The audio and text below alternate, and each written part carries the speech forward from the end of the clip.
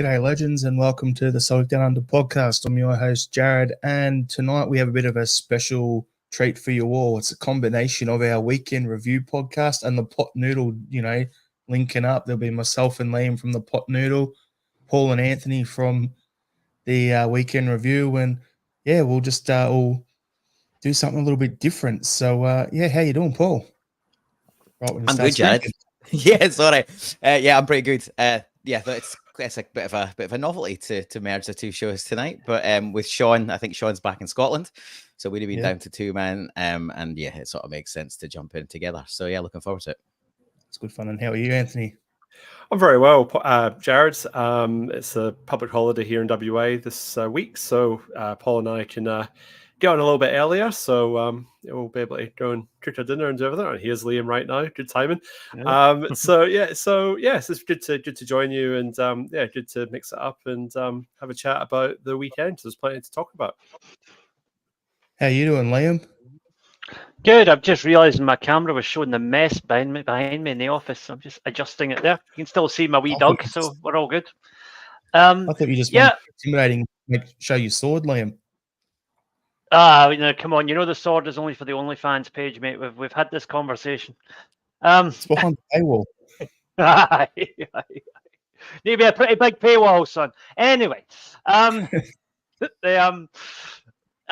good day. Just got back to the gym. I have now lost almost 20 kilos since April, so I think I'm doing pretty well. Go, you good thing. Yeah, excellent. Well done. Another 6 kilos and I'll be the same weight as Clubber Lang. So there we go. Good on you, mate. Yeah, we're just talking before you join us, Liam, that, it's the combined show between, weekend review and the Pot Noodle. So, we'll have a bit of a chuckle. We're going to do a bit of a deeper dive than we normally would into the game on the weekend against Livingston. And then we'll have a bit of a laugh and stuff like we normally do, go off on a few tangents. So, it's going to be interesting. So before we start, up the top of the screen here on the YouTube channel is all the links to our social media, so Instagram and Twitter at Celtic Down. It's the same on Threads as well. You can find us on YouTube and Facebook if you search Celtic Down Under. Look for our boxing kangaroo logo. Like the Facebook page, join the group, hit the subscribe button on the YouTube channel, hit the notification bell, all the good stuff that everyone tells you to do. Try and keep growing the Celtic Down Under branding and the channel, the everything that's out there on social media. And on top of that, we announced it last week on the Pot Noodle as well, but we're doing in the month of October in Australia, I think globally actually, it's Mental Health Awareness Month.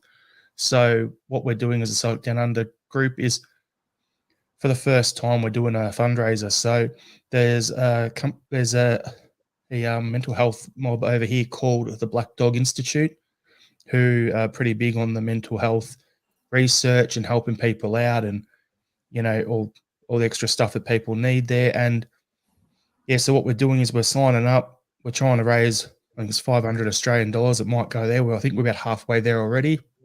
So for the month, we're all going to be trying to walk about. I know I'll put that I'm going to be walking 100 Ks in the month of October. Everyone else has done their own thing, like pretty much everyone signed up for about the 100 Ks as well. So we're all having a crack there to just move our feet, get a bit of exercise. It's good for the head, and raise some much needed funds in for people who need it. So there's a link in the show notes. However you watch this, if you can give anything, I know in the cost of living thing it's hard, but if you can, please do so. So Paul, we're going to start off with the review of Celtic 3, Livingston 0. So saw the starting lineup come out. Thought it was pretty much self-explanatory. We had Hart and goal, Johnson, Lagerbalker, Scales, Taylor, McGregor, Hatade, O'Reilly, Maeda, Kyogo, and Forrest was the question for me. So what was your thoughts when you saw that starting lineup? Yeah, Forrest's really the only one that you would go, well, there's a decision to be made there. Everyone else is pretty much picks themselves at the minute with between form and injuries.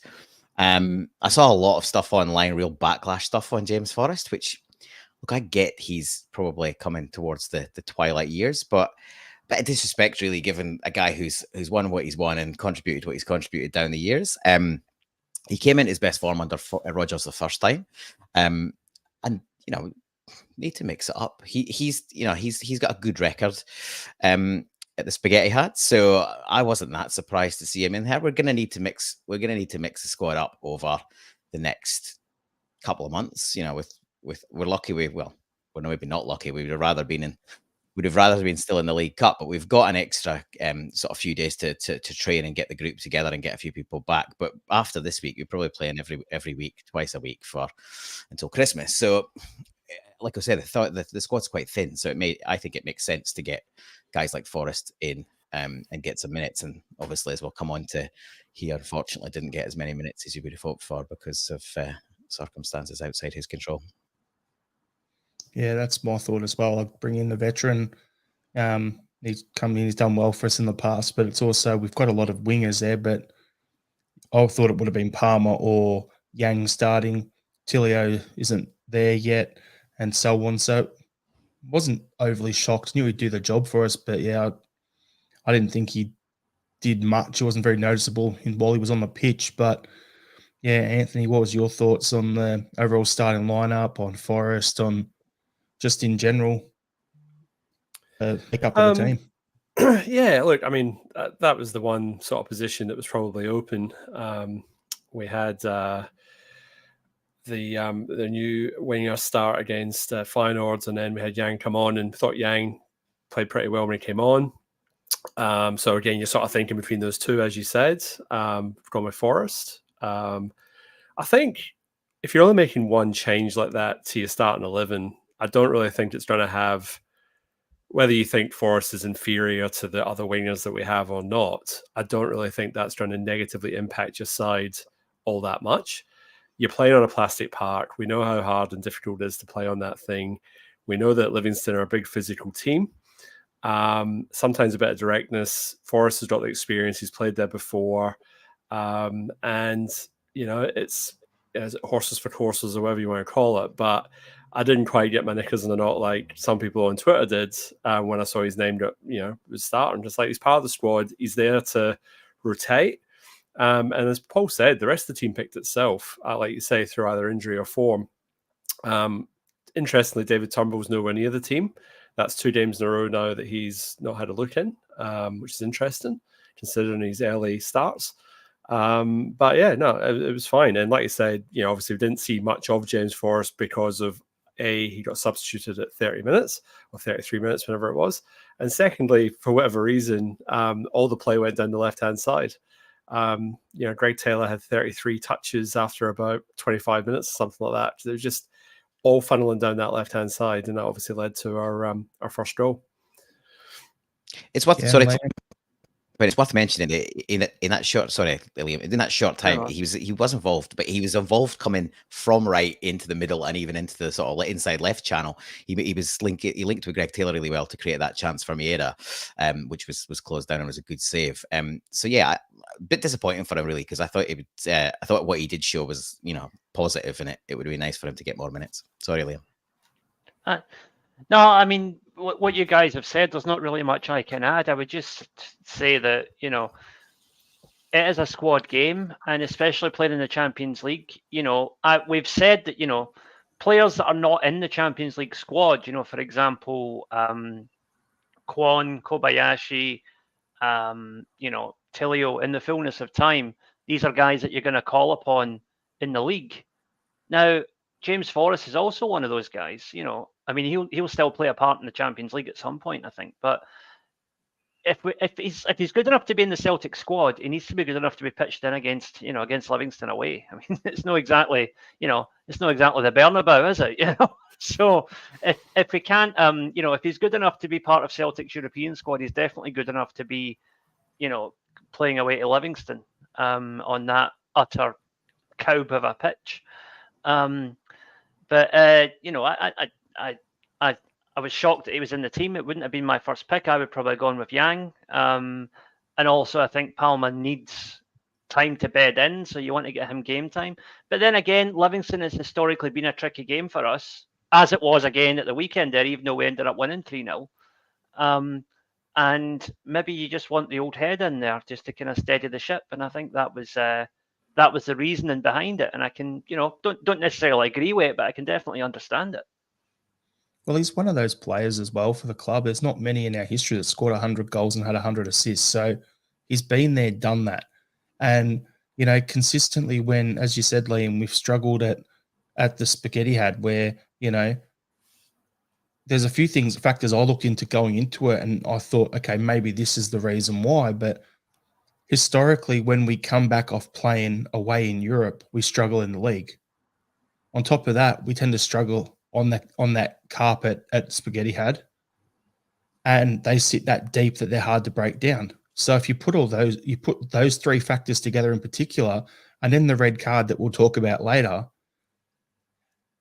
yes, it was unfortunate that Forrest had to be taken off, but at the same time, it made sense. He was the guy to go off, and we still kept our shape, and off we went. So for me, at the end of the day, I thought it was overall a decent thing for us where we, got the result and everything. But yeah, it was just, I think that's probably the reason why. Factor all that in, get a bit of veteran leadership there. But yeah, we'll talk about the goals now. So we'll go to you, Paul. What was your thoughts on the first goal? It's pretty straightforward, isn't it? Right? We'll touch on some of these players in more detail later, but Greg Taylor was absolutely phenomenal and back to his sort of best form that we saw in the last couple of years. And he was involved really heavily, particularly in that first 20 minutes to half an hour before the sending off. And it's his through ball, I think, that tucks Hatate in, and then it's a basic clip, and it's just even Beaton was able to give it without a hesitation. So it tells you it's a pretty clear penalty. Stonewaller. Stonewaller, yeah, absolutely, as close as they get to those. And obviously with him and Turnbull have been sharing penalty duties. And obviously, as Anthony said, Turnbull nowhere near, so he got up and dusted himself down and tucked it away. It wasn't a great penalty, to be honest. He was a bit lucky. It was probably, if you're gonna hit it that close to the keeper, that's the ideal place, because it's kind of in that little bit between the knee and the elbow. But he got pretty lucky. The goalkeeper would be disappointed, but as I say, they all count. So got us off and running, and 13, 14 minutes into the match and 1-0 up. It does kind of ease a lot of the pressure in a game like that, because even though we've won the last couple of games domestically 3-0, they've still been a bit of a slog to get those goals. Whereas in the previous regime, there were more chances and the goals were coming thick and fast. So yeah, good to get it under in nice and early, and it was a pretty routine penalty, but a pretty lucky shot that probably should have been saved. Liam, being a former goalkeeper yourself, what did you think of the goalkeeper's effort there? Because I thought that, watching the game, and it's just the contact on the ball sounded like a good old-fashioned bitch slap, basically, on the ball, and then it still went in. So what was your thoughts on it? I do wonder if the surface played a part, actually, because the ball did seem to drag. I think Hatate made the mistake of playing the shot along the deck, and you can't do that on an artificial surface because the ball's going to stick. And it took a lot of the power out the shot. And yeah, I'll tell you now, I would have saved that. Because I'm too fat to dive, I would just have stuck my foot out and that would have been enough.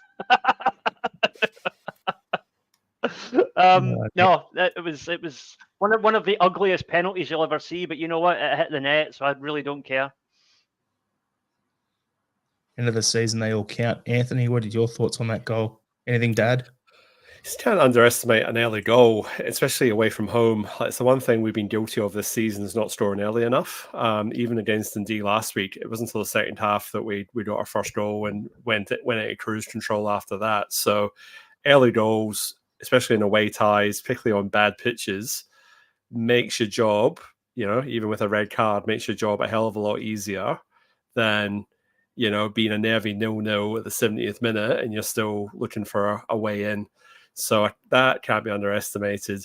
The fact that Hart pulled a save not long before that chance, Bruce Anderson found himself in. So, we defended, and that was probably the best chance of the game to that point. So, we've defended well there. Hart saved well there.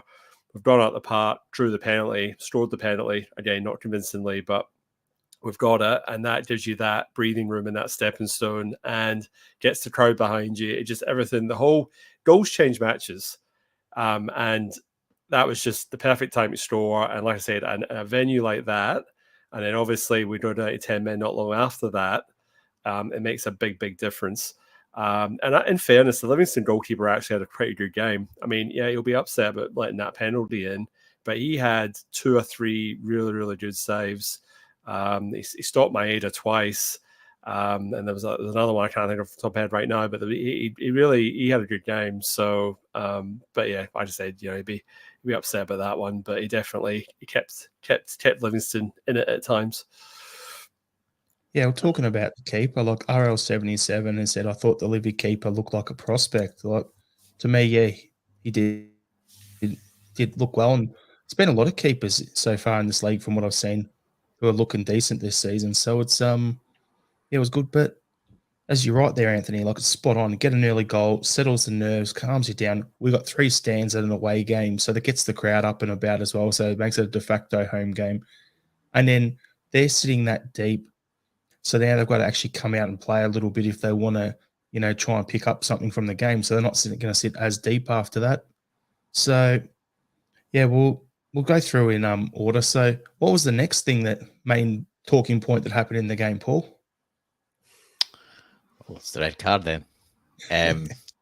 It's well, actually, did you get the yellow card before? There's 2 yellow cards to discuss before we get to the red card, and I don't know what beating's up to there. It's like in both cases, there's a foul. There's a foul probably on us first, and it ends up coming. So the first one is Johnston's yellow card. Matt O'Reilly takes a horrible tackle, an absolutely horror tackle with studs. Like it could have been a leg breaker. It was that's how bad it was. Beaton apparently doesn't see that, and Johnston then goes in a 50-50.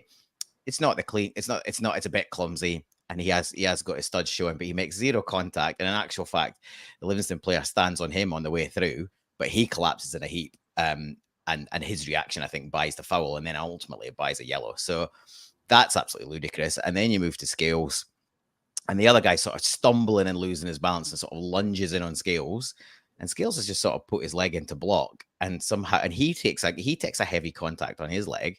And somehow, again, the delivery action is to roll around and look like he's been shot. And again, the yellow card comes out for the Celtic player.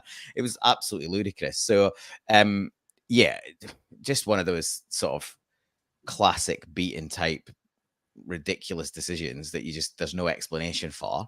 And obviously no review because it's only yellow cards, so nothing to get picked apart on VAR. And then, yeah, the red card, which is of those 3 decisions, it was probably the easiest one.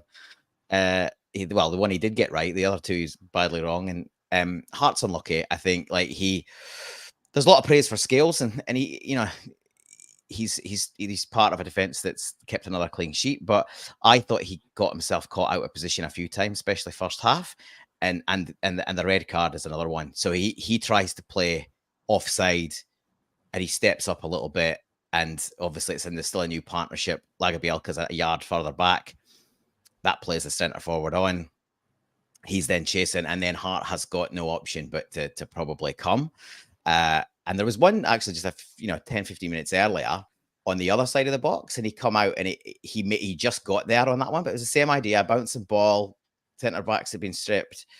And he gets the contact and he knocks it out of play. And this time he's just beaten to the ball by the striker. And yeah, unfortunately he's got to go. It's dangerous, and he catches him. So and whether it's the danger or whether it's the last man or a combination thereof, it was a pretty easy decision to send him packing. But he was kind of left exposed. And I think again the pitch is probably an issue here as well, because the ball doesn't quite bounce through as quick as you would hope. It holds up a bit, and then he doesn't quite get there. So I've got no real blame with Hart. He's kind of left exposed, and yeah, unfortunately, it's sort of milliseconds apart, and he's had to walk. And then unfortunately, we're left with Bain because of the flaws in our recruitment, which we're all abundantly aware of.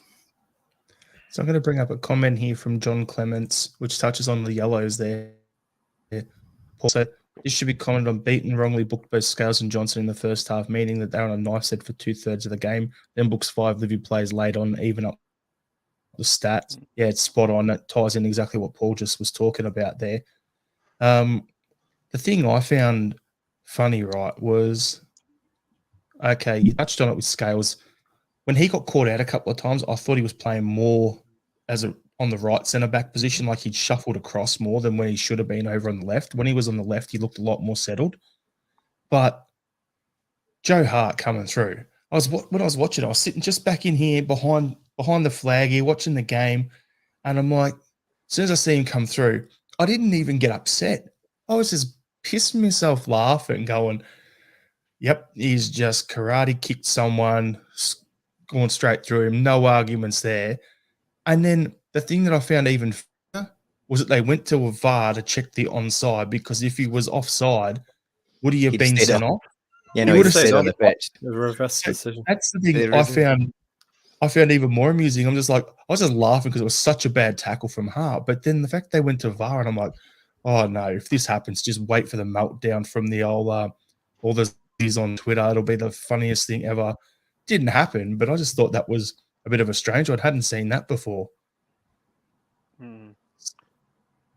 So, Anthony, Liam, go on, jump in. Sorry, Anthony, on you go. No, Liam. Oh, you go. You're fine. Okay. No, funny wee moment actually, because my wife was watching the game with me, and I spent much of last Friday playing the new Mortal Kombat game for my PlayStation 5, and my wife says, "Oh, I guess Joe Hart must have been playing that game as well." Finish him. Yeah. Proper roundhouse. Right, I'm going to start the campaign here. Let's get a petition going, right? We want Joe Hart as a downloadable character for Mortal Kombat 1, right? It's got to happen, right? Get him in there. I'll pay good money for it. Let's do it. Can you believe that's his first red card in professional football? That's mad. That's a crazy stat. That's a crazy stat. Consider how hot-headed he is. That's amazing. That is amazing. Like, you think just the law of averages, he'd have been sent off before now. I mean, it's just crazy. Well, yeah, keeper being last man, or whatever. It's the law of averages said you would expect that to have happened. So yeah, I look at it and go more. I would have expected it not when he was playing at Man City, because they had a lot of the ball. Not playing for us because we have a lot of the ball, but you probably look at it and go, oh, when he was at West Ham or Torino or someone like that, I'm sure he would have gone through someone. No. Good fun. So,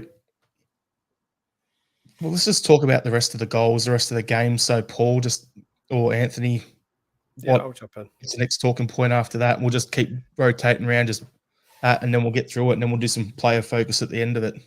So obviously, we had to take James Forrest off to bring Strotbane on.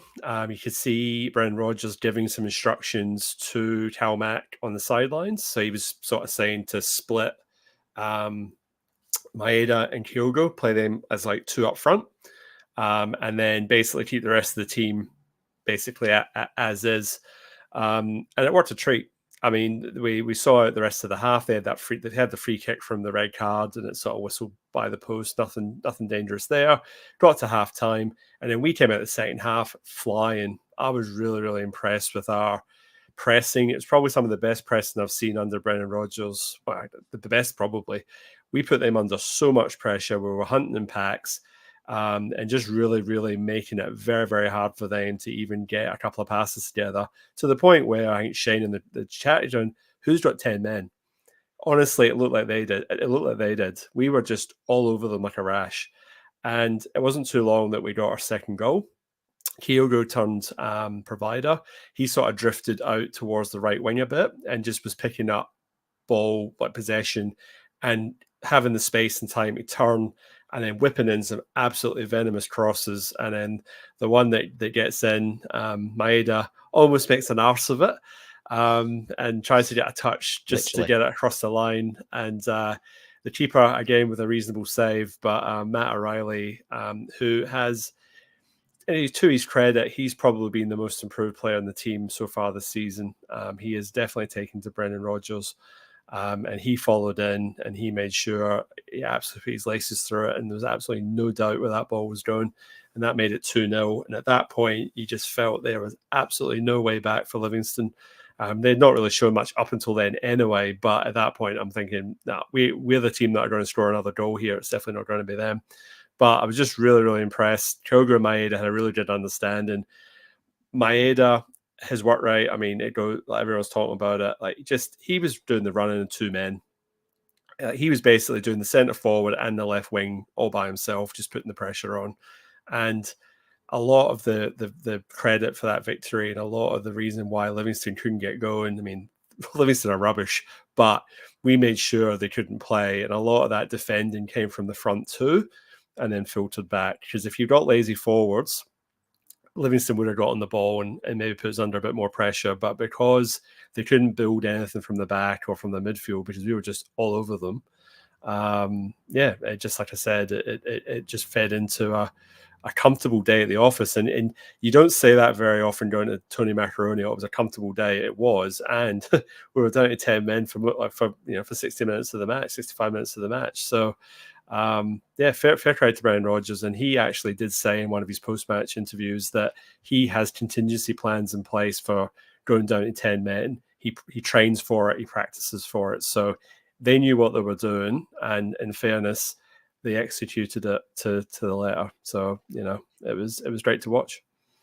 On that, Anthony, Rodgers would have got his little notebook out, that he's always right, and everything sorted there. But yeah, I want to bring up some comments here that tie into what you were just saying. So Andrew Galau, we look fantastic with a 2-man forward line. Kyogo Maeda can cover the middle and the wings.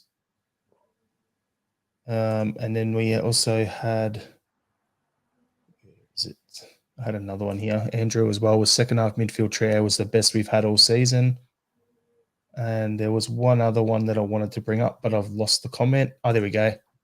Pete McGee, BR clearly told Kelmac to have 2 men playing wide up front when Hart was sent off, and it worked a treat. So, yeah, as you mentioned about the group chat where Shane was saying, who's the team with 10 and everything like that. Yeah, I just thought it was pretty noticeable that I think when we got down to 10, it seemed more like an Ange style of play, the way we have been playing the last few seasons with the pressing. It seemed to come a lot more into it than we have done so far this season. So, yeah, I just thought I was really impressed with what I saw even when we're down to man. But, Liam, what was your thoughts? Well, we talked a bit about Maeda there, and it really reminded me of when I used to watch him playing for Matsumoto Yamaga over here, because they ended up getting relegated that season. And although they weren't often down to 10 men, they were playing as if they had 10 men. And, Maeda was always the outball for them. He would get the ball and run with it and take the pressure off. And if they ever did win a game, it was usually because he had either nicked a goal himself or created space, but with his relentless work to create space for someone else to score. So it really reminded me of that, and you really saw his defensive qualities as well as his attacking qualities, obviously, with that goal at the end. But yeah, it was quite it was very reminiscent of a Yamaga game from back in the day. Yep. And Paul, you got anything to add? Yeah, I guess similar to those points, but a slight tangent is I'm quite interested to see if in some of these Champions League games we go with 2 up top like that, and be more compact in the midfield. Because obviously we're going to start the game with 11. You could really work a proper double pivot, which we've not really seen that often. Like Matt O'Reilly's dropped in there and played next to Kalmak, or in the second half he got in closer to Iwata, but then he's more like a traditional box to box midfielder. But we could actually set up with genuine double pivot, and because those 2 guys their work rate's phenomenal, they could easily cover middle to wing on each side, and they're both lightning as well. So it's a real outball if we're going away in Europe. I'd be really keen to see if he looks at that as a potential alternative strategy. So yeah, they were both amazing. The work rate was great. Just Kyogo and Maeda, both phenomenal. And the team, we never really looked threatened in the whole match, whether it was when we had 11 or when we had 10. We controlled the ball well. We kept our shape well. We were disciplined. All the things we were in the first half in Rotterdam, really, until obviously it came unstuck. So yeah, it was probably as comfortable a win as you would see us go to Livingston or even on any of the plastic. So yeah, job well done, to be honest. So Paul, does that mean we go 3-5-2 then away in Europe once we get another centre? Yeah, I'd almost go 4-4-2. Why not? Like, but more like a double pivot and sort of and out a little bit of width, 4-2-2-2. Yeah, almost.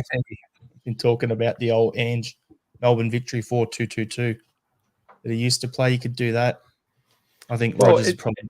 It is interesting that he decided to bring Tomoki Awasa on for Hatate, because I mean, going on early games, it would have been David Turnbull. So he's definitely thinking a little bit more defensive there in a way, but it's good to see Awata get minutes. I think he's very comfortable on the ball, and I think he allows Callum McGregor to push on a bit as well.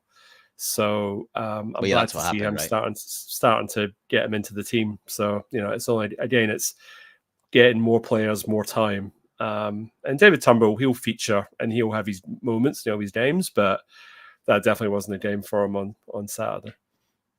Well, Andrew Goulet had in the comments early on, Rodgers is still learning his players. He even noticed the water, which ties in there. So, yeah, spot on. I thought it was and then there was this one, Awada played well. Yeah, it was good to see him get out there and actually play in the midfield, not playing the defence for once. I thought he looked pretty promising playing in the middle of the park. So finally got to see what, people like Liam have been telling us about him for ages, about how much of a quality player he is in the middle of the park. And we finally got a little look at that on Saturday. And, yeah, I was quite impressed, and I was anyway. Yeah, he was exactly what I thought he would do when he finally got a run in the team, and that's the very, like you say, Jared, it's the very qualities that people like me have been saying that he would bring, and sure enough, he actually showed a bit going forward as well. He made some good forward passes, and there was that pretty wild shot at goal he had, but the fact that he was in the position to. The fact that he got into the position to take that shot as a defensive midfielder is something about him as well, No harm in that. You could definitely play him, Carl, O'Reilly, and Hatate as a four in midfield with the two, and really apart from Hatate, the other three can all drop into that sort of holding six position. So it could actually be quite fluid and pretty dynamic if he decides to go down that route. So yeah, it'd be interesting to see if he messes around with the formation and tries to be a bit more innovative. Diamond midfield, Paul. There we go. 4-4-2 with a diamond. There you go. Get it in. It'll work. All I'll say is beware the 4-2-2-2. The last time Celtic tried that was with John Barnes, and it did not end well. Smell the glove beat you to it. Right on cue. There we go. I look like anything. It's how you use the players. It's less about how what you name that system and more about how you utilize the players on the pitch, to be honest. John Barnes' biggest mistake was thinking that Craig Burley was a defensive midfielder. that was his biggest mistake there. He had plenty though. No. I will just be like, not along and behave myself. Because, I watched that all season on VHS is getting sent over. So, my memory of that season is probably nowhere near as good as you boys. So, I'll bow down to the masters on that. Oh, I have it burned into my brain, believe me. That was, oh, God. Yeah, I think that was one of my first. I think that might have even been my first season as a season ticket holder. Oh, no, couldn't be my first. I think it was the first season I was going to some games. I wasn't a season ticket holder until the following year, I don't think. But I was unfortunate enough to have tripped down to Glasgow on the Saturday and the Wednesday for those Cali Thistle games. The first one we went down, it obviously got canned because the roof had a bit hanging off it. So all the way back up to Fraserburgh, it's a 4 or 5 hour bus journey. And then I was a student at the time. So I Wednesday afternoons, you kind of had for study or sport. So I got back on the bus and came down. And then obviously we all know what happened that night. It was bloody awful. So yeah, that season's pretty well burned into my memory as well. The thing I remember was like about 2 weeks before that game, my dad said to me, I mean, we were already well out of it in the league. My dad said, yeah, John Barnes is not going to last at Celtic. And he explained to me why. He met John Barnes at the stadium earlier that day. And my dad has this poster that has been signed by every Celtic manager since Jimmy McGrory onwards, right? And he obviously wanted John Barnes to sign it. And John Barnes is like, who's this on my position, the left wing? And my dad's like, that's Jimmy McGrory, former Celtic manager and all-time greatest goal scorer. Biggest goal scorer. And John Barnes is like, yeah, but what, was he a left winger? What's he doing there? I was like, oh, mate, no. You're not going to last at Celtic saying things like that. And sure enough, 2 weeks later, he got the bullet. Oh. So we got some comments about John Barnes just for fun before we get back to the game. John Barnes wasn't a coach's arsehole. RL77, Barnes' biggest mistake was the England rap. John Clemens, Barnes tried to play Brazilian style without Brazilians. And then Mark Viduka. Well, there was no shortage of fannies in the team. So. Barnes' team was flying until Larson broke his leg from Strangelove. So, yeah, well, I think we'll get back to the game. So, I think we still have another goal to talk about, some players to talk about. So, Paul, run us through to the end of the game. Yeah, well, after we scored the second, the game kind of settled into a pattern where they we sort of allowed them to have more possession, and we sort of funneled in and sort of defend. I don't know what the possession stats were second half, but I would say they were more pretty even. But we defended well. We were well structured again. We broke up play. They rarely got in behind us. Their best chance of the half was that debacle Scott of Baines. Honestly, you guys have covered it. We've covered it. Pretty much every podcast has covered the fear factor of Bain being our number two. But yeah, we were pretty steady for the rest of the half. Apart from that, and then Dizan goes on and scores on absolute worldly to finish it and put basically put the cherry on the iced cake. Brilliant cut back onto his left foot, and then bends one right in the top corner. And I've certainly touched on this multiple times, and a fair few people have as well. Is fans get frustrated with Maeda. Obviously, there's been a bit of controversy across the last few days on social media with various people's view on his contribution. The thing about Maeda is we've got to accept he is what he is, right? If he added the lethal finishing of Kyogo to the rest of his game, he's a 30-40 million pound player. He's not playing for us.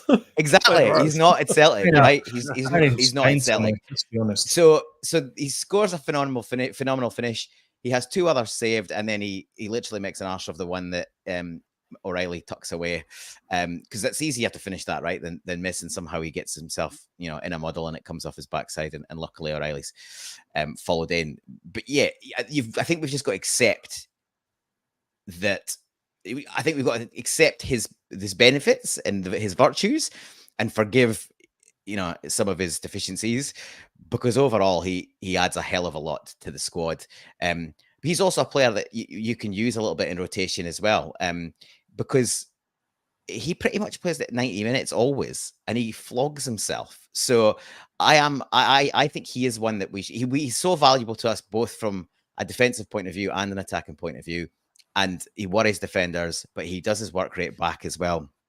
But we probably need to just manage him over the course of certainly up until Christmas, when we're playing all these matches, because he's a massive asset, as much defensively as he's attacking during those big games, and you sort of don't want to flog him. So great finish, another great contribution, and yeah, Brendan's absolutely spot on. You don't feel like you've got 10 men when you've got somebody like him covering the grass, or in this case, the plastic.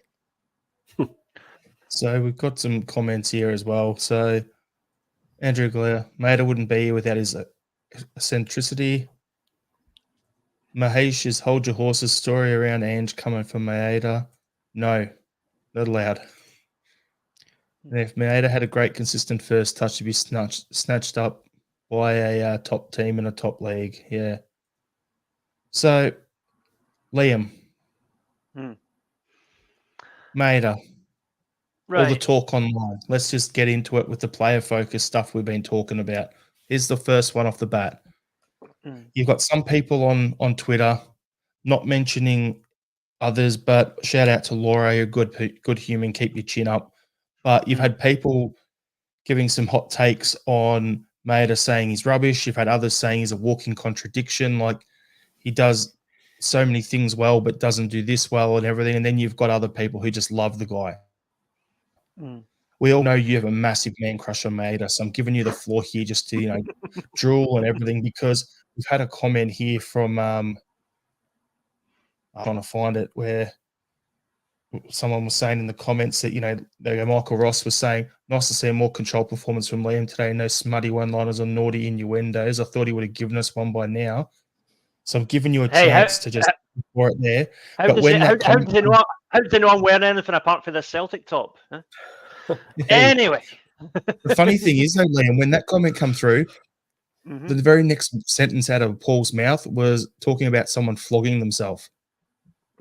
So kind of, I saw that comment, heard that, and I'm like, I have to bring that comment up now to come back to it. So it's Paul doing the smut thing. Liam, but over to you, Liam, about Maeda.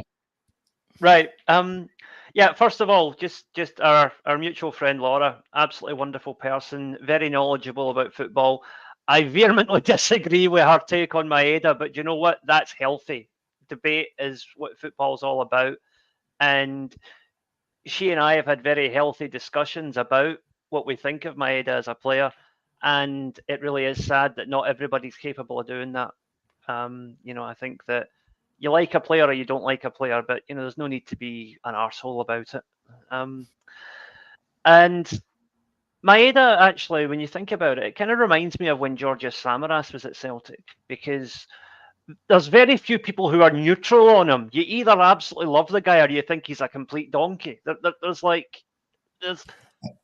Liam, on Samaras for you. I'll put my hand up here. I'm one of them people who's not a massive Samaras fan. However, I will say he has wonderful hair. That's about all I'll tell him. You'll get cancelled, Jared. Wait for the pile-on. You can't say that about gorgeous Georgie. What a player. What a player. I look forward to it.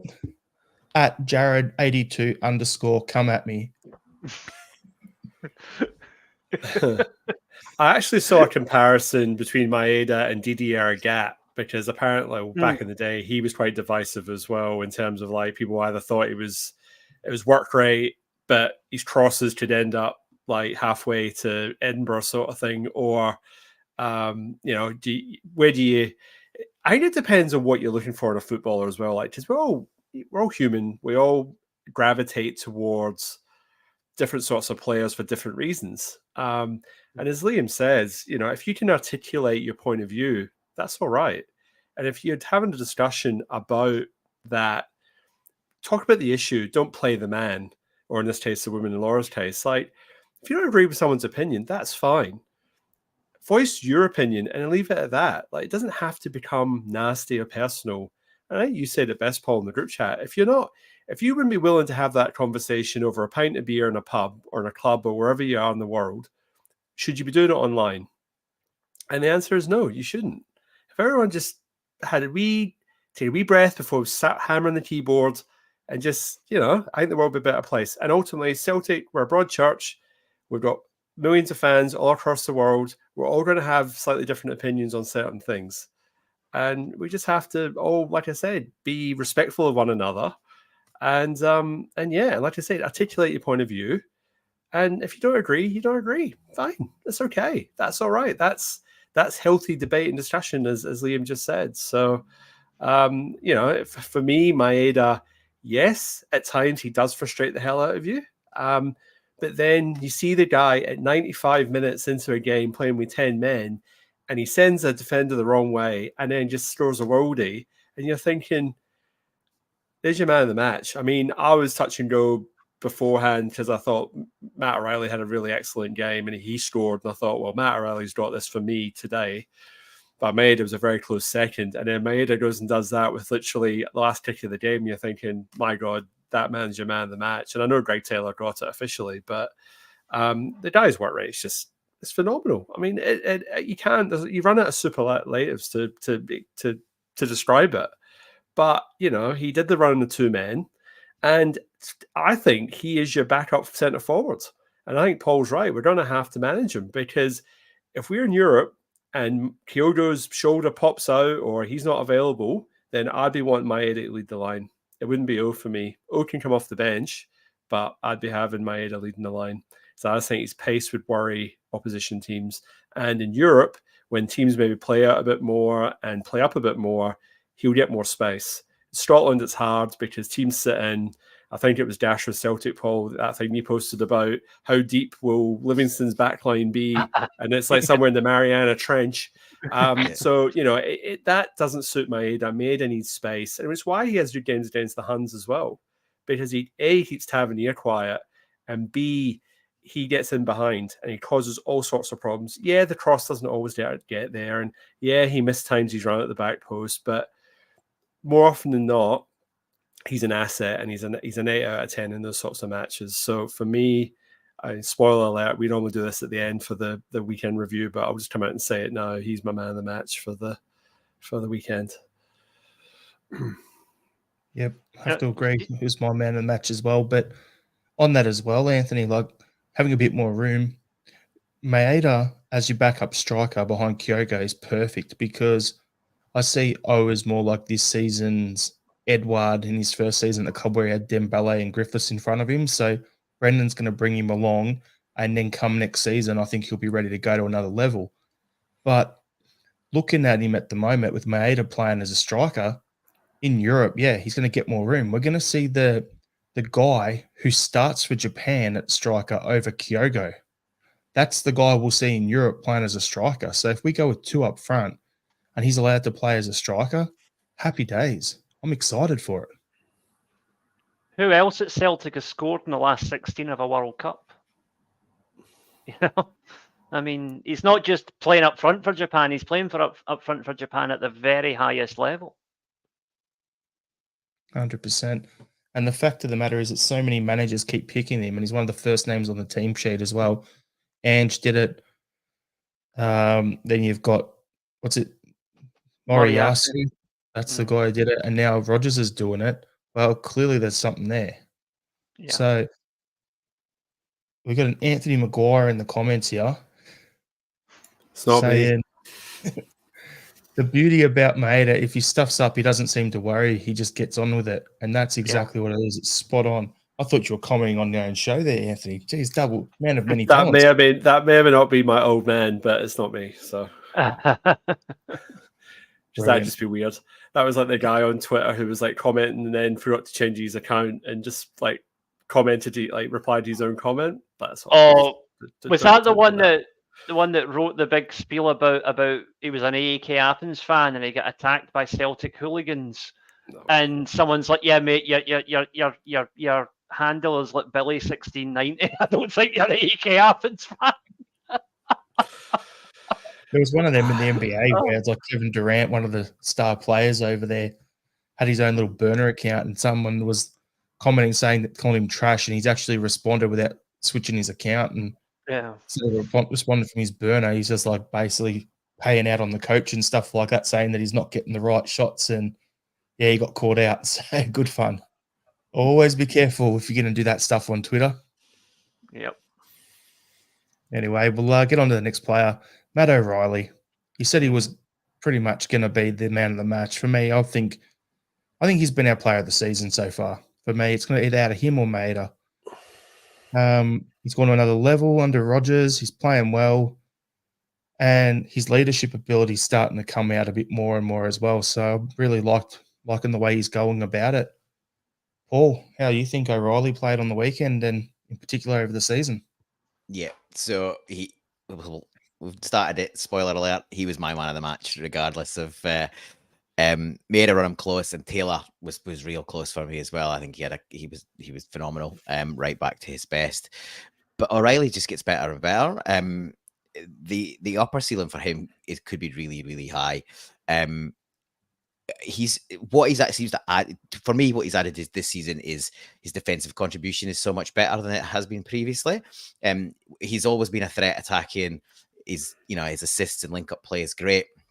But he's really added this like additional, and we saw a bit of it last season when he filled in for Cal in the sixth role. But he's really sort of added that. He's probably been given the responsibility to drop in next to the holding midfielder. Usually it's Cal, like obviously it was Iwata for part of the second half.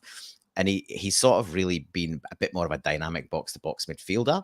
Late in the game, he was the one getting blocks in the box when they were pushing before we scored the third and sort of sealed it. He regularly was sort of found himself on the edge of the box, just mopping things up as they tried to get in behind and cut stuff back. And he was neat and tidy all day long in terms of he barely misplaced a pass all day long. And obviously he's fallen in and got the hunger to get that goal, which pretty much sealed the game. So yeah, really impressed with him.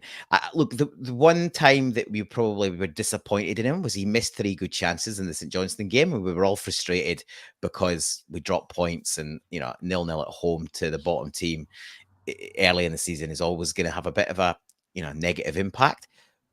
But in hindsight, and we probably did touch on this at the time, but at least he was in there.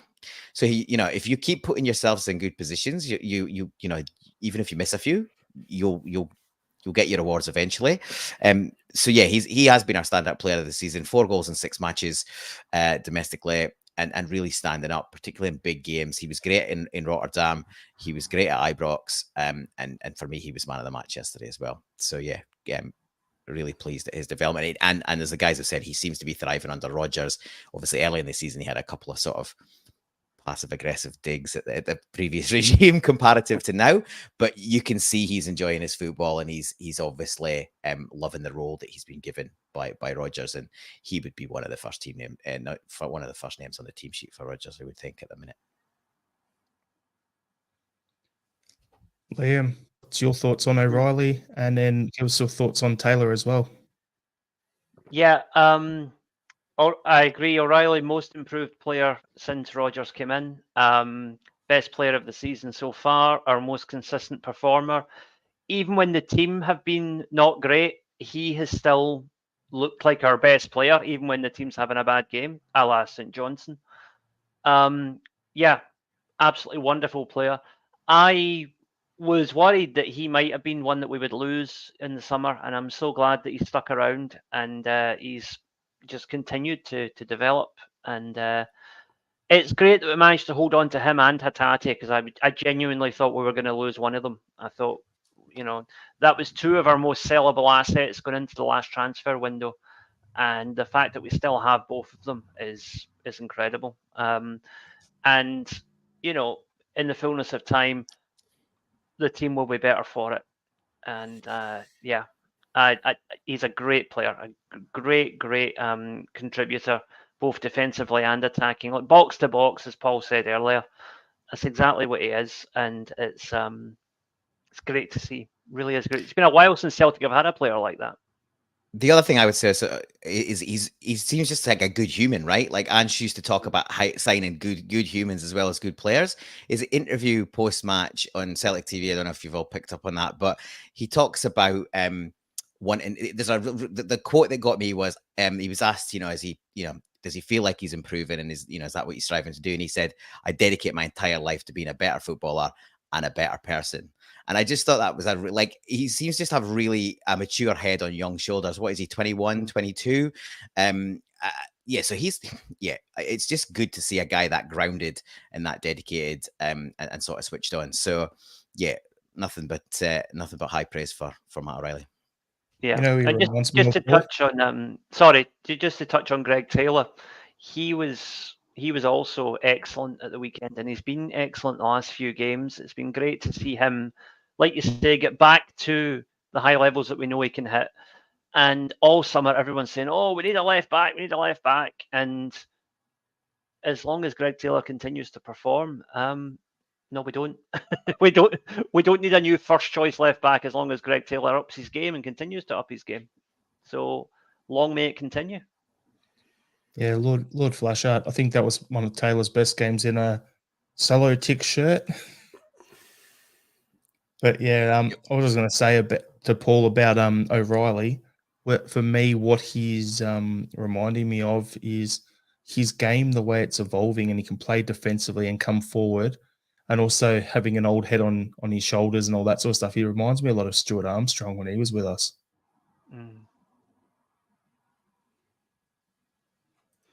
I've just picked up on just two quick things just to round it off. So with Matt O'Reilly, as we were saying before, those chances he got against St.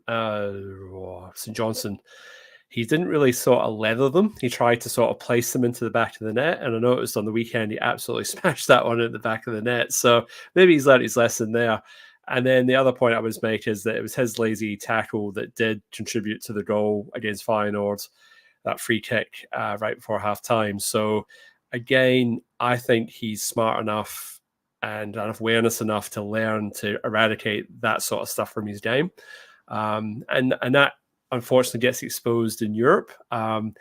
In Scotland, you probably get away with it, but at the highest level, you get exposed when you make those sorts of mistakes. But I fully back him to be able to, eradicate those sorts of errors and be better in those situations. I agree. He's been our most consistent player this season so far. Usually say it's Cal Mack, but no, it's definitely Matt O'Reilly. And then on Greg Taylor, he was due a game because he has been subpar all season. And I don't know, part of that is he doesn't know whether he's coming or going, whether he's playing sort of as a true left back or whether he's inverting. He did invert more on the weekend, and it definitely suits him better when he does play like that. He was getting the space, and he was getting on the ball, and he looked really good and obviously set up the goal. But he was due a performance because at some point you'd have to start considering looking at other options in that position because he just has not been performing very well this season so far. And I still think we need, if it's not Bernabé, then we need someone else to be putting pressure on Greg Taylor. Not that Greg Taylor's bad or whatever, but you need somebody putting the pressure on him at training so that he performs at a consistent level. Because yes, that was by far his best game this season, but it's a pretty low yardstick in my opinion. This season so far compared to last season. So I'm glad he played well. He definitely was in contention for the man of the match between him, Maeda, and Matt O'Reilly. I don't dispute that at all, but just saying that, that was definitely overdue in my book in terms of a performance. All right, just to add to that, I don't think it's a coincidence that Taylor has upped his game now that Alistair Johnson's back in the team. I think that he sees what Johnson's doing down the right and thinks, okay, that's what I need to start doing. And the two of them seem to have this kind of synergy that when they're both playing well, they're both unplayable. When one has a bad game, they both have a bad game. It's I think that Johnson definitely challenges Taylor, not in the sense of challenging for his position, but he sees Johnson as another fullback who is doing really well. And Taylor thinks, right, I need to get to that level. Johnson's obviously a better player at the moment, but I think Taylor sees what Johnson's doing and thinks that's where I need to be, and that's pushing him on.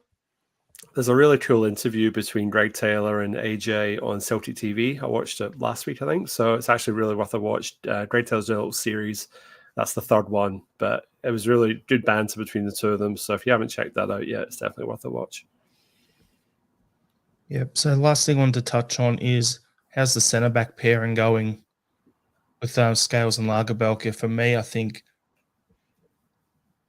no chance in hell did I think that would be our starting centre back pairing in Europe, let alone in the league, and another clean sheet, getting the job done through this injury crisis. I just got to give credit where it's due there, just by pointing it out. Like, I think they're starting to build a bit of an understanding. So may that continue. Now we've got some questions here to finish it off. So Mahesh has asked, who should be goalkeeper for an improved Motherwell? So when we play Motherwell on the weekend, it's got to be Bain because we don't really have many other options. I'd be looking at a free agent. That's how much. That's how much Bain scares the living daylights out of me. David De Gea still available? Yeah, he is. Yeah, he's talking about retiring apparently at 32. So it's crazy. Get him in if you're going to retire or come and play for us, what's your options? I don't think it's going to happen, but that just shows you that there are still good players out there that are under freedom of contract and you could sign immediately. So we were remiss all summer there must, you'd hope that there's at least somebody on the radar. It's probably not going to happen this quickly, but what it illustrates is what we're all terrified of. If Hart gets suspended or injured, you're stuck with Bain, and the problem we've had is Cedars has been injured. If Cedars is fit and Bain was fit, then you could turn around and say, well, all right, you have a proper shootout for who your second best goalkeeper is, and then potentially you could turf the third one off. But we've been in this holding pattern probably for a while now because Cedars hasn't been fit. And then, all right, you've got Scott Bain. Scott Bain also ticks the box of being a Scottish player. So for Europe, that's important. And that, so Bain will start because Bain's your European backup goalkeeper as well. So you may as well give him the run out. But it kind of just raises the questions like, where's Cedars in all this? Like, he's obviously not really forcing the issue. He's coming back from injury. Is he fit? We don't know, but he's not even making the bench. So you're kind of thinking, well, like, there's potentially a wage that could go to someone, like you say, a free agent or anybody else to put a bit of pressure on Joe Hart. Because again, Joe Hart's, I think he's one that's really pulled his socks up because pre-season he was looking a bit shaky and, there was a massive swelling in the support that we were all worried that he'd fallen off a cliff in the summer between seasons. But he has bucked his ideas up and, all right, yeah, you got the red card. He was committed to that. But he's been playing reasonably well. So, but you're only one injury away from Scott Bain being in goals, and then like all of a sudden it just changes the complexion of things. So it's an area we need to sort out, and if not in the next transfer window, then definitely the one after. It's got to be sorted out. Something's right happen there. We're too many goalkeepers of a similar-ish quality. We need to find someone who's a clear successor to Joe Hart and succession plan or whatever we're going to do to make it work. But something's going to have to happen there. Smell the glove. Yeah. Unfortunately, Bain. RL77. Come on, let's get a sing-song going. And then Peg Leg Lonergan. Bain's a walking bomb scare. What were you going to say, Liam? I was just going to say that I'm, as a former goalkeeper, I'm not comfortable with any goalkeeper who's happy being number 2. And the problem is that Siegrist and Bain both seem perfectly happy to be backup goalkeepers and just collect a wage. Yeah, but, I mean, I can understand it in the sense that, at Celtic, it's a higher wage than they would get anywhere else in Scotland. And they're probably not good enough to play at any level higher than that. But Mark Bosnick syndrome. Yeah, I don't like that. There you go, Liam. Ross has given you the call up. Hey, I'm not free, mate. I charge plenty. RL77, can we play Bain and Siegrist in goals and have one less outfield player? Play my ear there, he's covered. Pegleg Scarecrow would be better than Bain in goals. All right. So, a couple of things I just want to touch on so we can start wrapping up the pod. So, we've got, at the end of the game, a kid ran out on the pitch to go see the players. Security tackles him. Brendan Rodgers goes jogging over, pushes a security guard, walks him back to the fans. Seen a lot of people saying in that moment, Rodgers had won the support back over. What's everyone's take on all of that? Can I be the party pooper and say, okay, I know it was a kid, but it was a bloody good tackle. I'll give credit where it's due. It was a good tackle by the security guard. But no, that's a shit move. You don't tackle a kid. Like, yeah. But anyway, that's just my take. But anything to add on that whole situation? If you're a conspiracy theorist, then he was a plant and Rodgers was able to swoop in and polish up his reputation with the fans that are still a bit cool on him. But no, it was heavy-handed by the stewards. I get that they're not supposed to let people onto the pitch, but it was nice to see. It was nice to see the boss step in, or if it wouldn't have been him, it should have been one of the players, and get him back into the crowd without any repercussions. But yeah, if you're a cynic, then it's not done Brendan Rodgers' reputation any harm at all. So look, I think ultimately results will be what will drive that change in view by those that are still harshest. But yeah, it doesn't do him any harm. I did see Brendan Rodgers getting a lot of credit for that victory on the weekend from a tactical point of view. So I think that those sorts of results in adversity, and if you can get a couple of results like that in Europe, it would even help even more. But I definitely think that sort of 10-man tactical sort of, the way he went about it, it just reminds me of Edward scoring the winner against the Huns at Ibrox. And it just gave me that feeling. When I saw it, I went, "Oh, this is what this is like." But David Martindale could only talk about 11 versus 11. Funny enough, he didn't want to talk about 11 versus 10. Poor Davey. That was actually my next thing. Martindale's comments. Well, I know. Sorry, I just we may as well just roll into that. We're running out of time. So, Liam, did you listen to his comments? I mean, he was. I don't know what he was on about. I didn't. I was just going to say to Jared though that after watching the rugby the other night, I think the Aussies should check if that steward's got an Aussie passport, or if there's any way to get him one. There you go. There you Guess go. what? I'm not even going to comment because I don't care. The Wallabies are shit anyway, so whatever. Couldn't be worse, but yeah. Martindale's comments, just the guy. If the guy had a clue, he lost it 20 years ago. Let's be honest.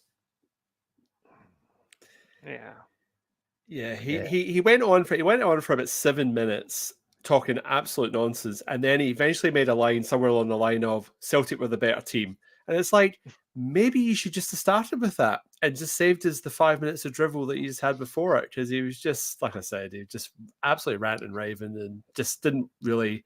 Oh, I got some of my substitutions wrong. It's like, mate, you brought a bunch of hammer throwers to a gunfight, and you just, anyway, well beaten. And that plastic pitch keeps Livingston mid-table most of the time, because that was their first defeat in 7 at that ground.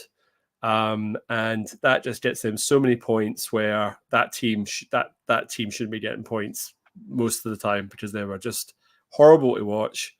And the less said about them, the better, to be honest, because it was just, take the victory up the road and just, forget about the spaghetti head, because it's just where football goes to die.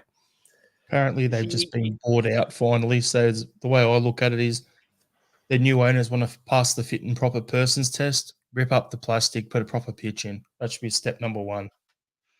Yeah.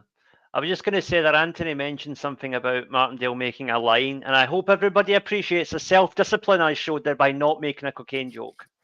I'm just saying. Martindale. I'm ready to go. So we'll just quickly touch on it. The B team played in a testimonial against Air United yesterday. So in the starting lineup, you had 5 first-team players. So Kobayashi, Kwon, Tilio made his debut, and then you had Vata and Mikey Johnson. So there was quite a bit going on there. They all got a game, was 1-1 draw. Apparently Tilio didn't play the best because, he's unfit and trying to work his way back into things, so that's to be expected. But from an Australian point of view, 2 Aussies started in Tilio and Bonatig, the young kid, 17-year-old we just signed from Western Sydney Wanderers. So it's good to see another couple coming through, because there's been a nice connection there. We were going to talk about the recent results for the Champions League group opponents. So Atletico Madrid won 3-1 against Real Madrid. So there's that. Lazio was struggling.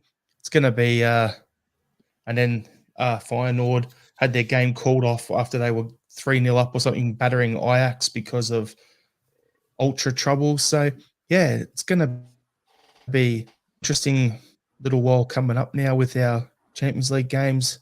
Could be we said at the start that the Atletico one, top, everyone else is playing for second and third. That was what I said anyway. So, got anything to add on those, boys? Yeah, I would just say that. Sorry, Paul, on you go.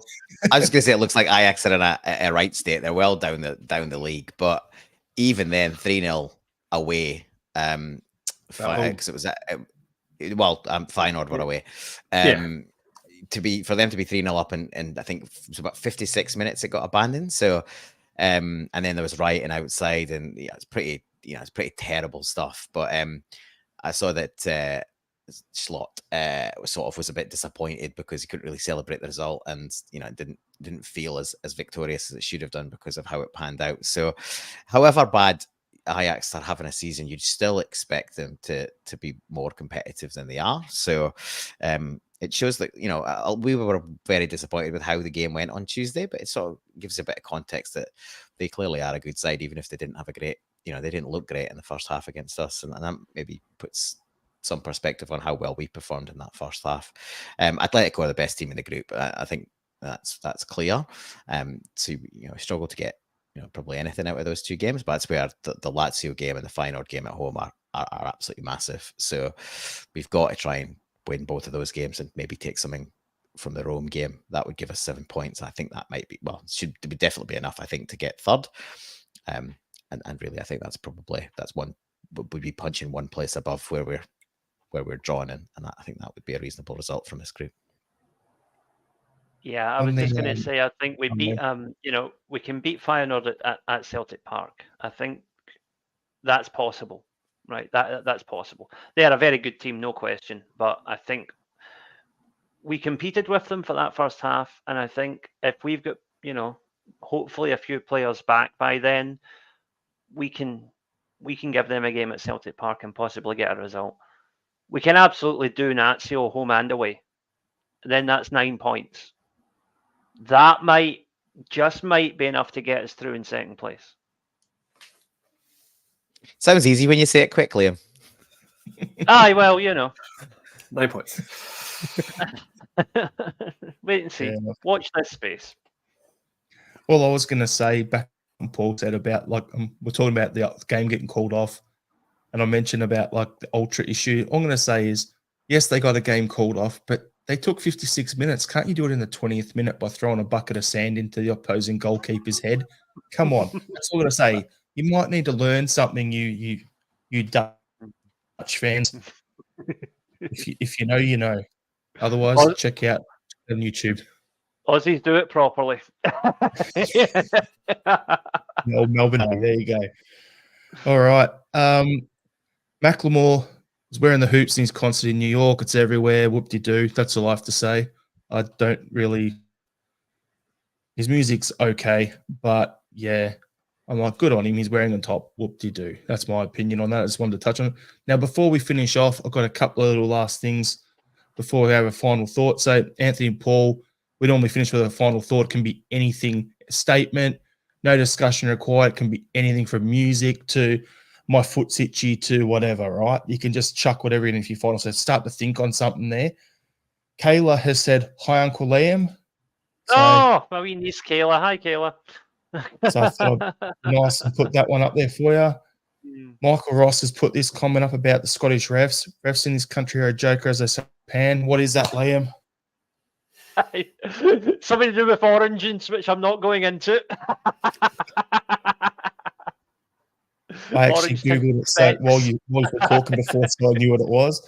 And last question, Michael Ross has asked us, question for the panel, what flavour of pot noodle is your favourite? There we go. We'll start with you, Paul.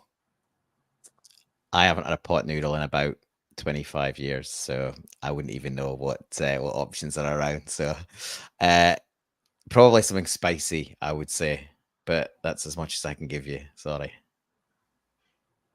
Got an answer, Anthony? I've abandoned my working class. I don't have pot noodles either, but I probably do like a salty beef, like a Bovrily type sort of flavour, because that's my go-to when it's cold. So, Liam? Beef and tomato with doner kebab being a close second. There you go. I'll just go chicken. Plain and simple. There we go. All right, final thought, boys. So I'll go here. My final thought is, we touched on it a little bit earlier in terms of Twitter. Just be nice to each other on there. No need to be a prick. Paul, your final thought? Well, yeah, we in the weekend review, we usually touch on some of the rest of the league. So last week, I confidently suggested that Aberdeen would dig themselves out of the mess they were in and quickly rise up the table over the next few weeks. And they went and pumped Rusk. Well, they had a very good performance against Eintracht Frankfurt on Thursday, albeit that they didn't win. And then they went and gave Ross County a pumping yesterday. So that's quickly pushed them up the league, and I would expect Barry Robson to continue to dig them out of the issues they've been in. So just a little toot of my own horn from last week. Mine's just Hun Twitter is just hilarious at the moment. So if you're sort of still wanting to laugh, it's just rolling on week to week. The fact that they are booing their team after winning 1-0 against Motherwell. Apparently they were time wasting. This is the Rangers players, not the Motherwell players. It's just rumbling on at the moment. So plucky, scrappy 1-0 victories for Rangers. So long may it continue. That means Beale's in a job for a bit longer. Just waiting for the Graham Murdy bat signal to come out. I've seen that they're calling for Alex McLeish, so you know that you know that things have gone badly when Alex McLeish is getting the call. He's a bit rusty. He's a bit rusty. It's like, what? Oh, and Liam, before we go to your final thought, RL77 said onion bear flavour pot noodle. Big Leg Lonergan was cream bun tears flavour. And Liam, we were too better for me, unfortunately. Liam, your final thought to finish the show, mate. Right, okay. Final thought. Well, we were talking about Hun Twitter there, and I'm just going to share a wee bit of hilarity that my dad sent me last week. The Huns were having a wee confab to discuss ideas about how to generate income. And one of them said, I've got it on good authority that Roy Orbison's a bear. He loves the fact that we play Penny Arcade every week. Get him to a concert at Ibrox. It will sell out, guaranteed. And then someone said, you realise he's been dead about 40 years. And someone's like, what? Really? I had to bite my tongue. I was dying to jump in and say he's been dead even longer than your club, mate. You know. All right, everyone. Thanks for tuning in. Appreciate it. Well, they'll be back on Thursday for the Thursday sesh. Thanks, Paul, Anthony, and Liam for joining me tonight. Hail, hail. Hail, hail. Hail, hail.